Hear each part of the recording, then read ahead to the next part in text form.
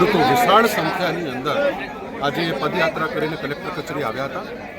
એમના પ્રાણ પ્રશ્નો જે અનેક વર્ષોથી જે સોલ્વ નથી થયા, એમાં મુખ્યત્વે જે સર્વે નંબર 92 જે એની અંદર નોંધ પડી છે 192 અને 93-94ની, એ નોંધના કારણે આ બધી જ જમીનો નવી શરતની બની જાય છે, જે વર્ષોથી જૂની શરતની હતી.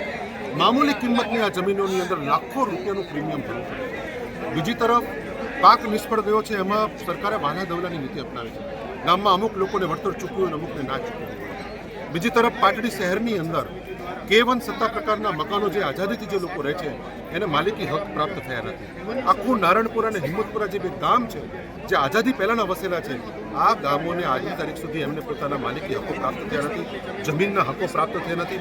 ત્યાંથી એના કારણે આજ દિન સુધી એમને ક્યારે ના ઇન્દિરા આવાસનો લાભ મળ્યો, ના આંબેડકર આવાસ યોજનાનો લાભ મળે, ના પંડિત દીનદયાળ આવાસ યોજનાનો લાભ મળે, ના પ્રધાનમંત્રી આવાસ યોજનાનો કોઈ જ પ્રકારનો લાભ આ લોકોને મળતો નથી.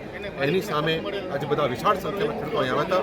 અમે માન્ય કલેક્ટરશ્રીનો પણ આભાર માનીએ છીએ કે તેમણે પોતાનો ખાસ કરીને તમારી રેલી અમારા બધાની રજૂઆત સાંભળી. ખાસ કરીને તમારી રેલી પાટડીથી હતી પણ તમારે દુધરેજથી કરવી પડી, શું કહો?